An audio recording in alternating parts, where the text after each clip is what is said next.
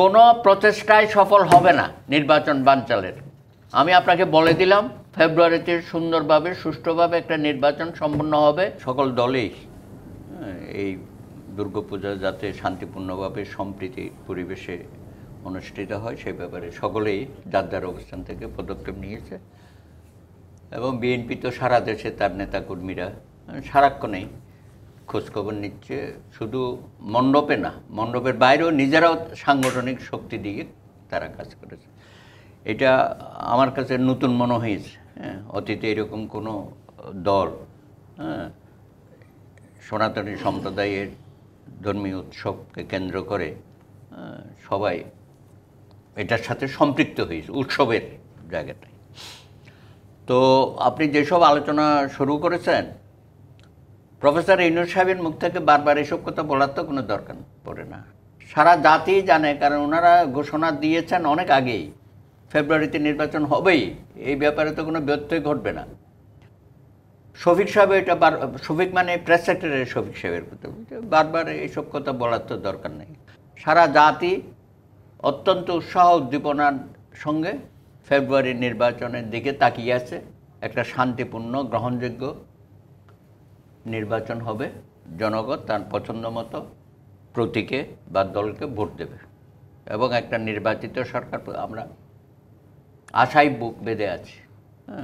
কারণ আমাদের এই ভোটের বিষয়টা অনেক দিন ধরে আমরা এখান থেকে অনেক দূরে চলে গেছিলাম আর কি, বিশেষ করে গত 15 বছর যা হয়েছে। এখন সর্বোচ্চ পর্যায়ে অন্তর্বর্তী সরকার প্রধান বলছেন যে ষড়যন্ত্রের কথা বলছেন, দেশি বিদেশি, উনি আন্তর্জাতিক মহলে বলছেন এই ষড়যন্ত্রের অজুহাত দিয়ে কি উনি নির্বাচন পিছিয়ে দেওয়ার চেষ্টা করছেন নাকি আসলে সত্যি এমন নাশকতার হুমকি রয়েছে? না না, ওনারা কেন এটাকে এত উচ্চ পর্যায়ে নিয়ে যাচ্ছে? এত উচ্চ মার্গের আলোচনা তো আমি এটা দেখি না। জনগণই প্রতিহত করবে, নির্বাচনের বিরোধী শক্তি মাঠে আসে কাজ করুক। হ্যাঁ, বিদেশে বসে প্রবাসী অনেকেই অনেক কথা বলতে পারে, ওরা স্লোগান দিতে পারে, মিছিল মিটিং করতে পারে, তারপরে প্রত্যেক দিনে দেখতেছি ডিজিটাল মিটিংগুলো হচ্ছে বিভিন্ন প্ল্যাটফর্মে। আর ওই যে দিল্লিতে যিনি বসা আছেন তিনি তো বক্তৃতা দিয়েই বেড়াচ্ছেন, ওগুলো কিছু যায় আসে না। হ্যাঁ, কোনো প্রচেষ্টাই সফল হবে না নির্বাচন বানচালের। আমি আপনাকে বলে দিলাম ফেব্রুয়ারিতে সুন্দরভাবে সুষ্ঠুভাবে একটা নির্বাচন সম্পন্ন হবে। সরকারও আন্তরিক, আমার সেনাবাহিনী আন্তরিক, পুলিশ বাহিনী আন্তরিক, প্রশাসন আন্তরিক, আমরা যারা নির্বাচনমুখী রাজনৈতিক দল আমরাও আন্তরিক।